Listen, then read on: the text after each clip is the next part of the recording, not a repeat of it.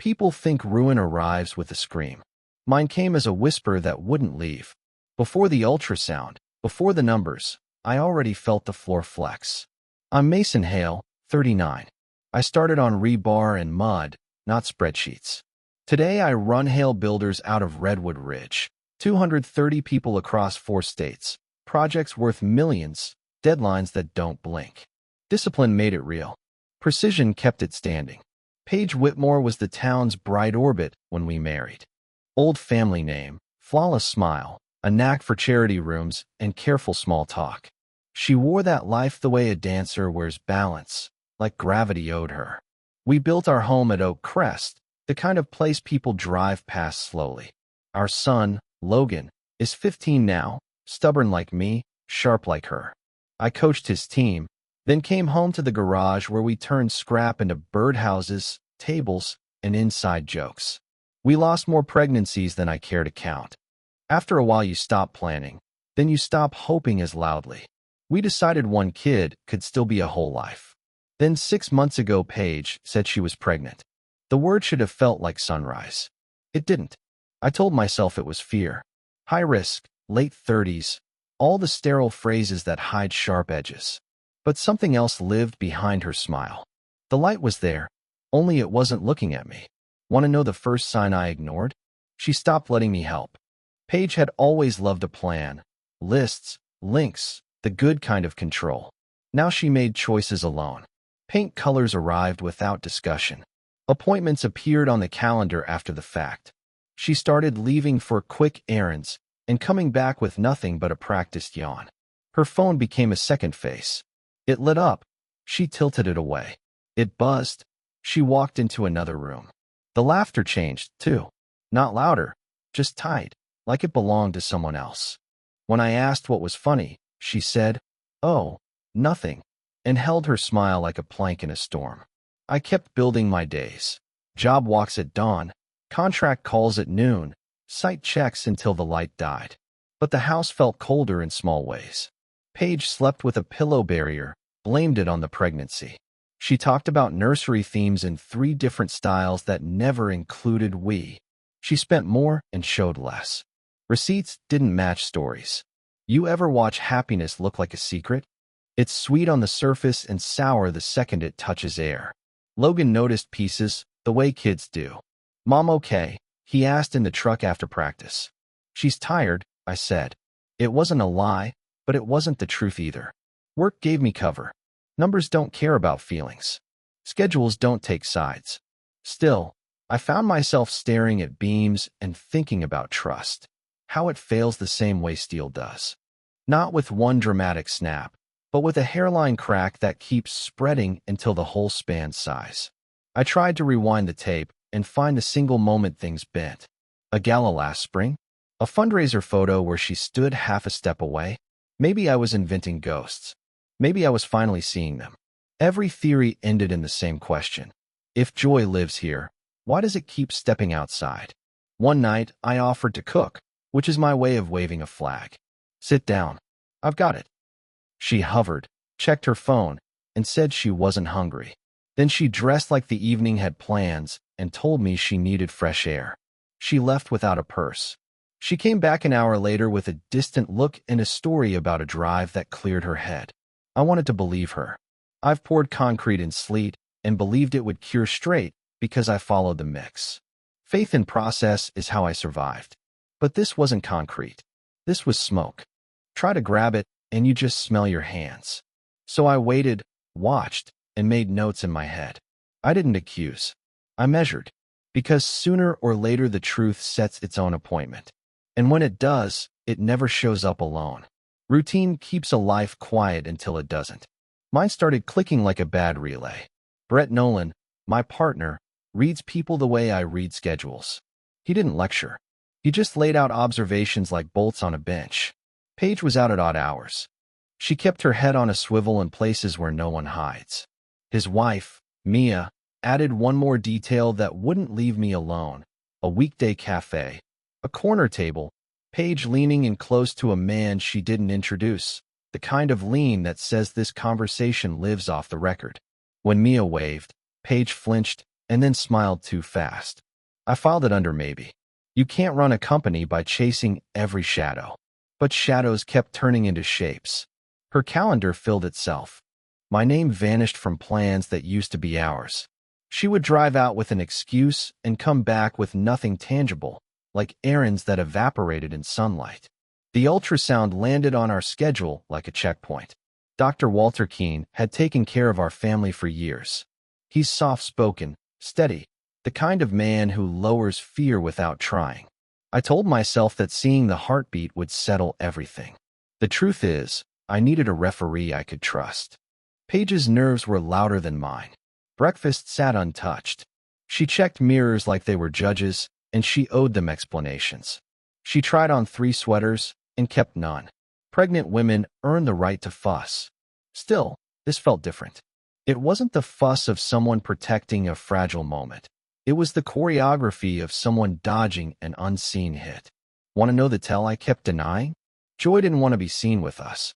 It visited briefly, stayed on her phone, and vanished whenever I entered the room. When I asked if she wanted lunch after the appointment, she said sure, with the same voice people use for weather. Work buzzed like a generator. Hale Builders was courting a hotel deal that could anchor our next 2 years. Investors had questions. Schedules were tight. I handled morning calls and almost welcomed the noise. But every silence between rings fed me the same thought loop. If nothing is wrong, why does everything feel staged? On the drive to the clinic, Paige scrolled while the trees along County Road blurred into one long green secret. Logan had stayed with Brett for practice pickup. I kept both hands on the wheel and rehearsed a calm man's plan. Park, breathe, handle facts, go home, reset the house. The waiting room smelled like lemon cleaner and old magazines. A toddler laughed at a fish tank. Paige sat angled away, one leg shaking, thumbs quick on glass. I watched couples share small jokes and realized we used to do that too. It's strange what you miss right before you learn what you've lost.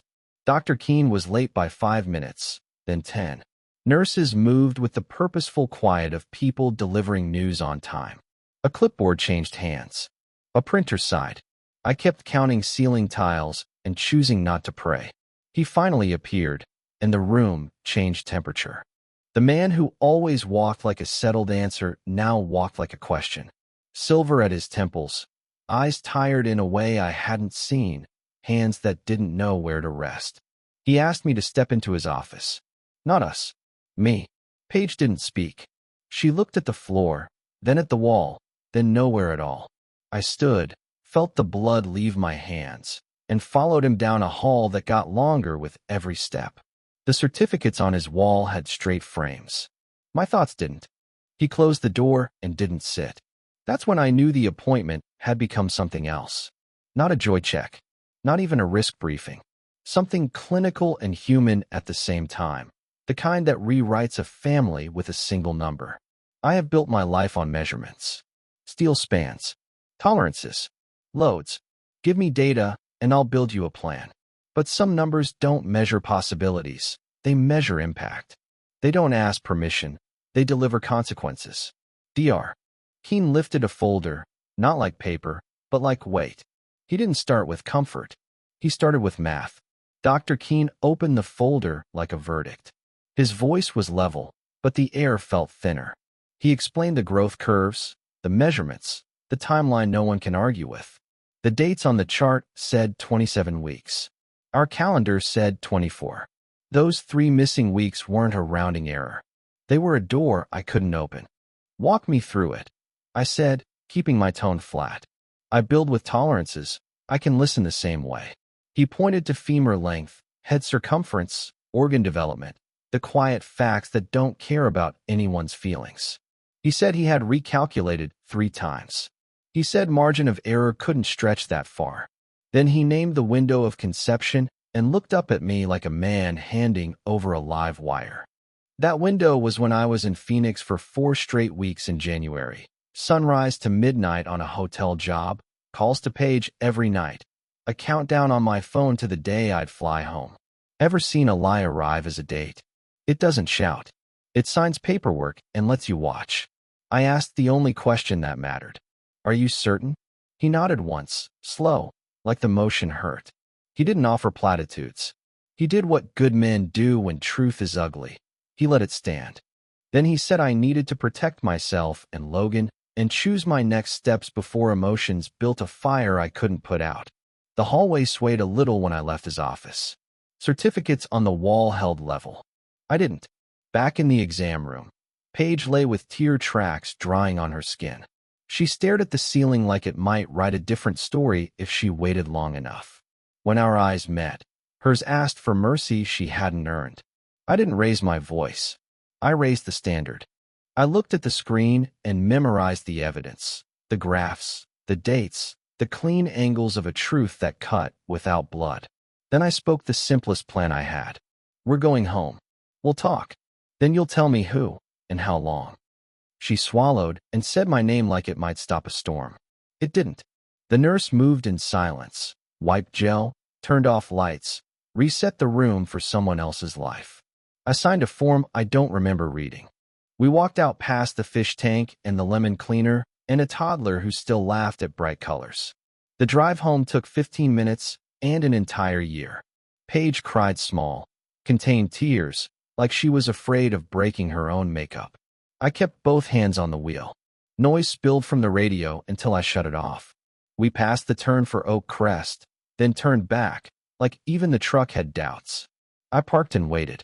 She opened her door and froze, as if the gravel might give testimony.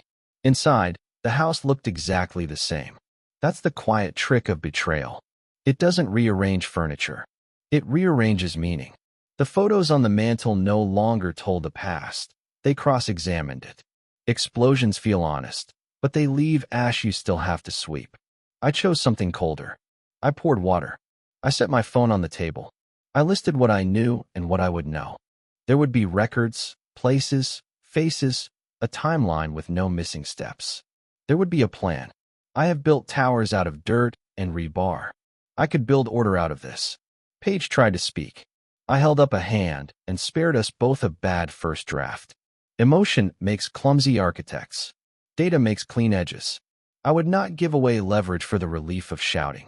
Truth had taken its seat. The only job left was the one I do best. Measure twice, cut once, and make sure the cut ends the game. You want a name? Start with a pattern. Cheaters think they're clever. Schedules know better. I listed Paige's new habits like job site punch items, errands with no bags, drives that took just a little too long, calls that arrived on a timer I hadn't set. Then I went where people brag without meaning to, the internet. Vega Urban Group had a glossy site with drone shots and buzzwords that sound like champagne. Front and center stood Adrian Vega, tailored suit, perfect lighting, a grin built for brochures. Visionary, community forward, transformative. Ever meet a man who wears adjectives the way other men wear armor? His LinkedIn read like a resume that never sat down. Awards, panels, galas. I scrolled until a fundraiser photo paused my thumb. There, in the edge blur, a familiar profile and a dress I remembered buying. Paige wasn't posed with him. She didn't have to be. Distance can still tell on you. Public posts filled in the outline. Adrian loved attention the way dry wood loves flame. Ribbon cuttings. Toasted nights. Captions with just enough humility to feel rehearsed. The more I looked, the less I liked the man. Not because he was successful, because everything about him felt staged, like a showroom where nothing has fingerprints. The file grew. Married. Yes, Natalie Vega, attorney, sharp smile that didn't apologize. Kids, twin daughters. House, the kind of neighborhood where delivery vans whisper. The contrast wrote itself. My wife's secret glow, his public glow up. Two lights crossing in the wrong room. I could have confronted Paige with the screen in my hand. That would have been satisfying for 12 loud seconds and worthless forever after. I don't build for 12 seconds. I build for load. So I hired Evan Cross, former detective. Calm eyes. Shoes built for walking slow. He listened more than he talked, then asked 3 questions that told me he understood the assignment. Scope, timeline, and state. I kept it clean. No theatrics. Only facts. I want patterns, proof, and a calendar I can take to court. He laid out terms that protect both of us. No illegal taps. Everything by the book. Surveillance, records, public trails. I signed. He shook my hand like a man who doesn't promise outcomes, only process. The first report arrived in 3 days, not thick, just heavy. Evan mapped the Tuesdays and Thursdays page had turned into nothing. He followed the errands that never produced a bag and the fresh air drives that looped the same blocks. Then he found the center of gravity, Summit Crest Hotel. Same entrance, same time window, same top-floor suite, repeatedly reserved under variations that rhyme with caution. Time-stamped photos don't argue. They simply exist. There was Paige, stepping out of an elevator beside a man whose smile belonged on a billboard. There was the door, opening to a room that costs more per night than most people bring home in a week. There were the desk receipts, matched to our joint account, labeled as household and gifts. Even the mileage on the car told part of the story, a 40-minute round trip that lined up with her new errands. I read the pages twice, then a third time slower. I didn't throw anything. I underlined. Evan included communication logs, times, durations, patterns built from call records you can buy legally if you know where to look. He added screenshots of public check-ins from Adrian's circle that correlated with our dates. You'd be amazed how often people leave breadcrumbs because they think the forest is theirs. By day 6, the timeline stretched back 9 months. Not a fling, not a moment. A system, frequency, location, cost. It all sang the same thin song. Evan closed his memo with a line I appreciated. Evidence meets standard for proof, not assumption. I set the folder next to my laptop and felt the house tilt back toward level. I still hadn't shouted. The quiet had teeth now. The name I wanted sat in black and white, Adrian Vega. The story I would need sat just behind it. How, when, where, and how many times.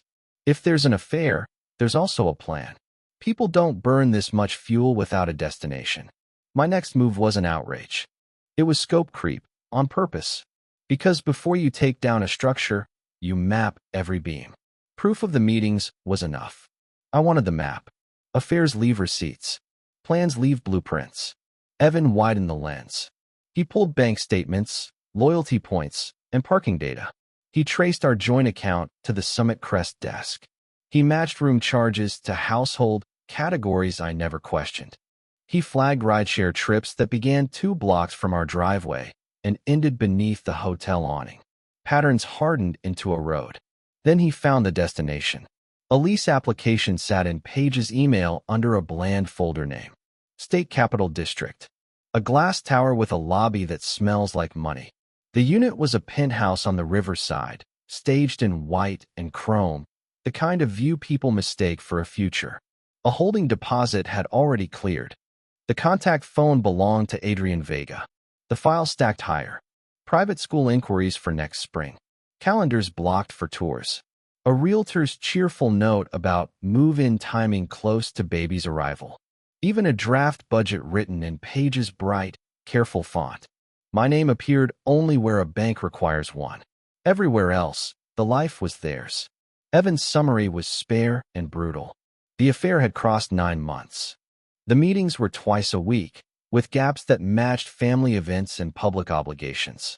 Money moved through our account because trust is an open door. Paige had planned to file for divorce after the birth, claim irreconcilable differences, and keep the cause buried under politeness. Massachusetts law would do the rest. Equitable distribution sounds fair until someone engineers it. I read that line 3 times. Not a slip, not a storm, a strategy. I called Harold Pierce. He's my attorney, the kind of man who safeguards futures for sport. We met after hours, blinds down, coffee black. I laid the reports on his table and spoke without heat. Emotion burns leverage. Paper builds it. Harold listened, then began drawing boxes. He proposed a corporate structure that separated personal assets from business risk. He suggested moving certain holdings into protected entities, all lawful, all documented. He reviewed our prenuptial agreement, turned to the infidelity clause, and smiled the way a surgeon might before a clean cut. We set triggers and timelines. We listed accounts to freeze and accounts to fortify. We drafted updates to beneficiary forms and scholarships for Logan that no one could touch. I kept one rule in front of us. Nothing cute, nothing shady. If this needed to stand in court, it would. If someone tugged on any thread, the stitching would hold. That's how you pour concrete that doesn't crack in the first winter. While Harold built walls, I kept reading the enemy's blueprint. Paige and Adrian tracked dates like travelers. They had a realtor, a school short list, and a furniture plan that felt like a catalog marriage.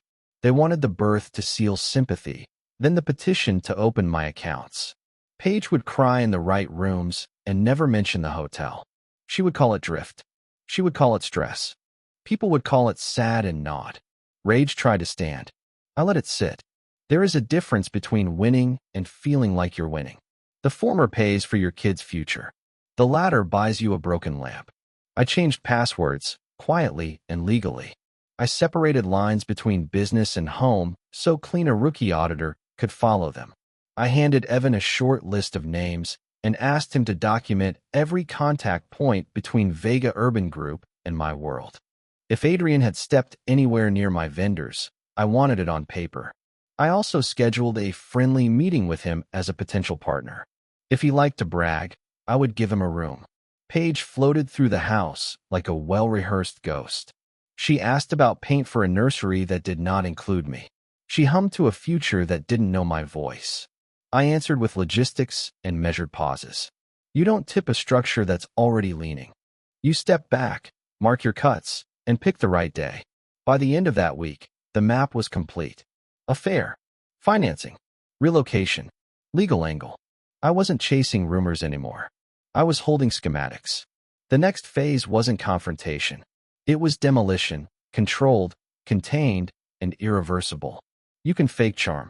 You can't fake compliance. I invited Adrian to a Let's Explore Synergies meeting.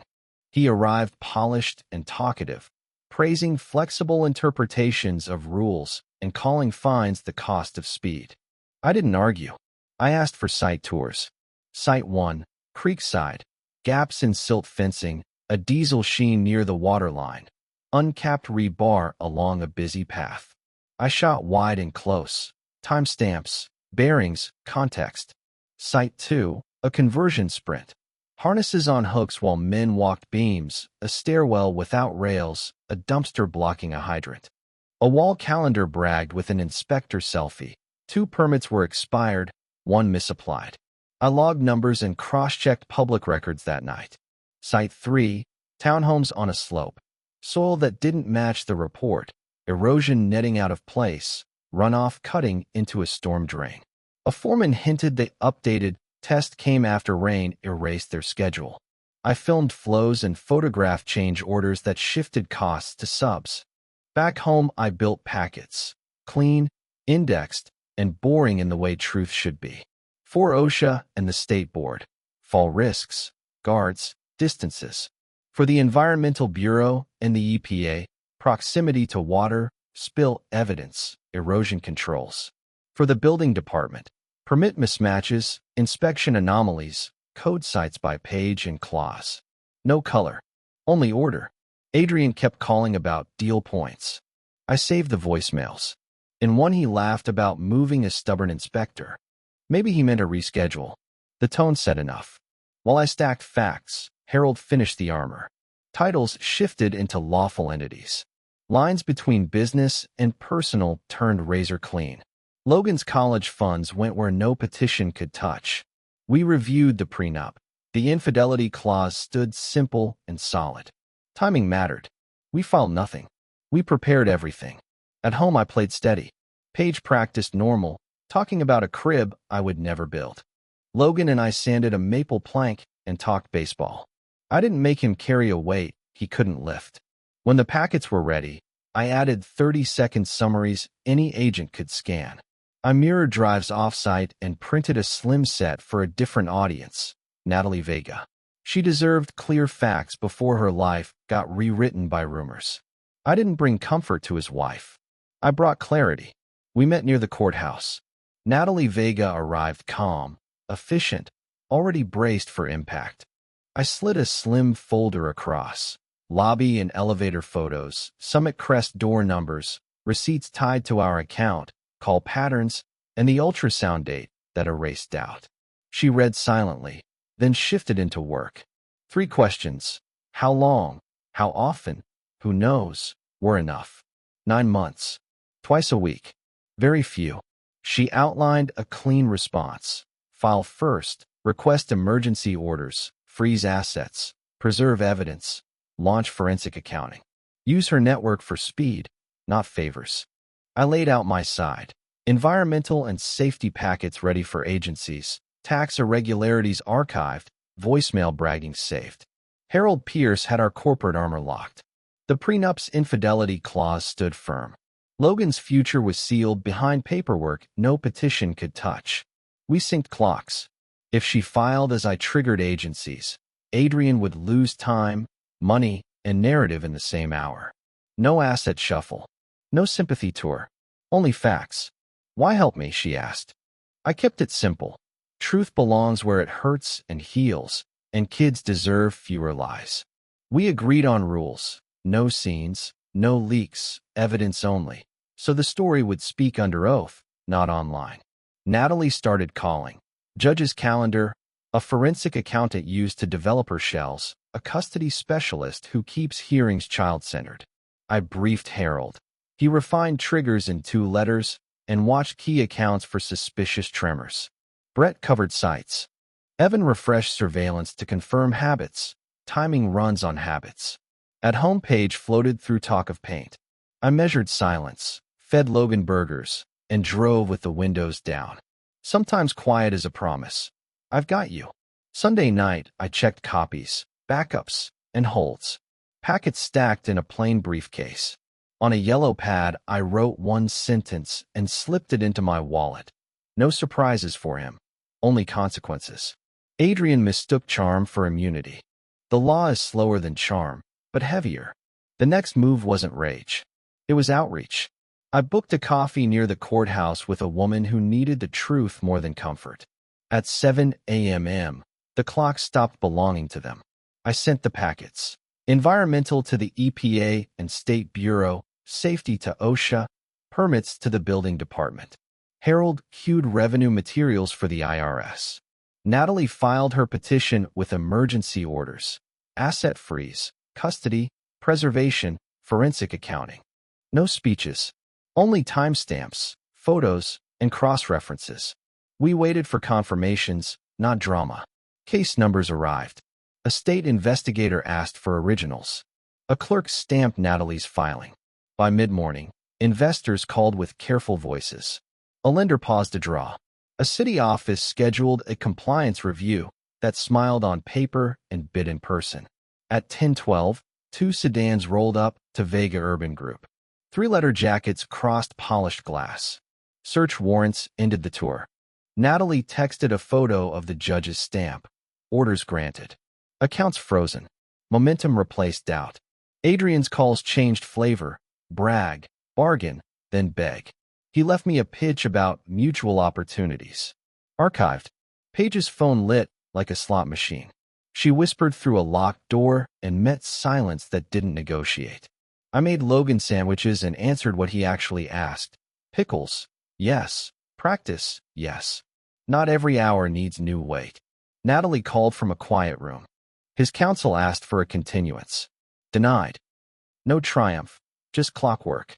Investors began writing their exits, reputational risk, compliance exposure. Money doesn't argue. It leaves. Near dusk, Paige finally reached him. I heard one line when she came out pale. He had a plan. She was right. Controlled demolition isn't loud if you do it right. Weak lines fold themselves. By evening, notices multiplied. Inspections here, a seized server there. Service confirmed on both sides. No leaks, no scenes, only paper. When the day closed, the scoreboard was simple. No access, no spin, no advantage. They had no runway left, only consequences. The morning after, nothing looked different, and everything had changed. Courthouse corridors hum like air conditioners. They don't care whose life is on the docket. Natalie moved like a metronome beside me, file in hand, tone steady. Adrian arrived an hour late, jaw tight, suit that used to sell rooms now wearing him back. His attorney tried to buy time. The judge wasn't selling. Charm sits down in court. Evidence stands up. Our packets did their work. Emergency orders stayed in force. Asset freeze. Record preservation. A forensic team with teeth. The prenup was reviewed, then marked credible and enforceable. The infidelity clause didn't need a speech. It simply clicked. Paige sat 3 rows behind, small in a sweater that tried to be brave. She didn't meet my eyes. She stared at a future that kept shrinking. When the clerk read dates and case numbers, she folded her hands the way people do in church when they're out of words. By week's end, Vega Urban Group looked glossy from the sidewalk and empty behind the glass. Investors filed termination letters. A bank converted concern into action. Inspectors moved from clipboards to boxes. Federal agents didn't argue. They inventoried. Adrian's calls to me went unanswered and archived. Natalie routed his counsel through a calendar that no longer bent. Then came the charges. Embezzlement. Environmental crimes. Fraud counts that stack like bricks. Bail didn't buy him momentum. It only bought him time. Time that the audit kept chewing. Months later, a sentence landed. 8 years in federal custody, plus restitution. Appeals promised smoke. Paper delivered weight. The divorce moved faster. No leaks, no theater, no public punishment. Just signatures that resorted a life. Hale Builders stayed where it belonged. Oakcrest stayed with Logan and me. Accounts followed the prenup's tracks. Paige received what the agreement allowed. Modest support for health expenses and nothing that touched the company or our son's future. She had argued for more in drafts. The clause and the timeline answered without heat. December brought weather and a name, Mara. I wasn't at the hospital. That decision wasn't anger, it was boundary. A notice arrived later with the basics: weight, time, a photo with a knitted cap, and a serious newborn stare. Babies don't choose the mess they land in. I said a quiet wish for her anyway. At home we releveled. Logan asked fewer questions and stayed closer. We rebuilt the garage routine: measure, cut, sand, oil, tell a story at each step. Sometimes grief looks like work done side by side. I made dinners that tasted like normal. He texted me school updates that sounded like hope. We set rules. No lies, no blame, no late-night what-ifs we can't lift. When he needed space, he took it. When he needed weight carried, I carried it. Paige tried for a conversation once, outside the lawyers. I kept it civil and short. There's a difference between forgiveness and access. She moved into a small place across town. She asked about Logan's schedule and kept to it. When she floated the word, we, I redirected to the calendar. Clean lines keep standing. On the last day in court, the judge signed the decree with the same pen he used on a dozen other lives. No flourish, just ink. The clerk stamped our file. The sound was soft, final, ordinary. I walked out into cold air that felt like fresh concrete. Gray, level, ready for load. People think justice roars. Sometimes it just removes what doesn't belong and leaves the structure sound. Consequences had landed where they should. Now came the part one know best: maintain, inspect, improve, repeat. 3 years later, the house is quiet and honest. Not perfect, honest. Hale Builders is larger, steadier, and known for one thing I won't trade: integrity. We took on harder work in new regions and kept our promises. Headcount climbed past 450. Deadlines still don't blink. Brett runs numbers like a surgeon. I walk sites at dawn and sleep without lies in the walls. Logan grew up and in. He lifts more weight in the gym and less at home. Grades are strong, swing is stronger, and the kid can diagnose a crooked board by ear. We still turn scrap into something good on Saturdays. Measure, cut, sand, oil, story. That rhythm taught us how to heal. I met Laurel Stein at a hardware aisle, of all places. Widow. New in town to be near her grown kids.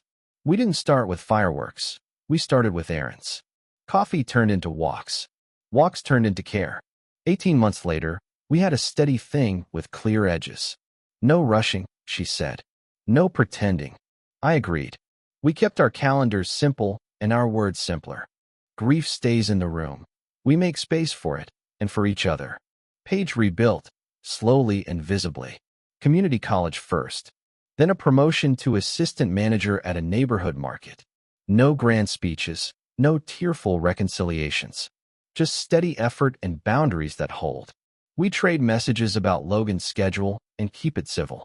She visits on time, leaves on time, and brings zero performance. Consequences taught her what advice never could. Mara turned 2.5 and looks serious in every photo. I'm not her father, and I don't pretend to be. I still hope she gets a fair shake. Kids never pick the ground they land on. Paige knows the rules. I don't cross lines, and I don't use a child to settle a score. Natalie moved her daughters across the country and built a calmer orbit. Once a quarter, she sends a clipped update. School, music, no drama. We don't trade war stories. We trade proof that a steady life can be rebuilt with patience and paperwork. Every so often, she writes, "Thanks for telling me early." I reply with, "You did the hard part." Adrian Vega has 6 years left. His empire is a line item in court records and a cautionary tale in conference rooms. The silence around his name is its own verdict. People in my field say he hit a rough patch. I say the truth landed, and the landing hurt. Dr. Keene retired, grew a beard, and learned to sit still. We meet for coffee twice a season. He still speaks quietly, like truth should never have to shout. "You handled an impossible thing better than most," he told me last month. "Telling you is hard. Leaving you in a lie would have been worse." I told him he did what a good man does. He measured, then chose. If I have regrets, they're simple. I wish the lesson had arrived without a fire. But the fire cleared ground that needed clearing. The foundation now is harder than anything I pour at work. Truth, routines, loyalty tested under load. I know what fails. I know what holds. When new storms roll in, and they do, I check lines, tighten bolts, and trust the frame. The ultrasound that exposed a lie gave me a blueprint. Demolition isn't defeat if you follow it with design. Some walls deserve to fall so the rest of the structure can finally stand.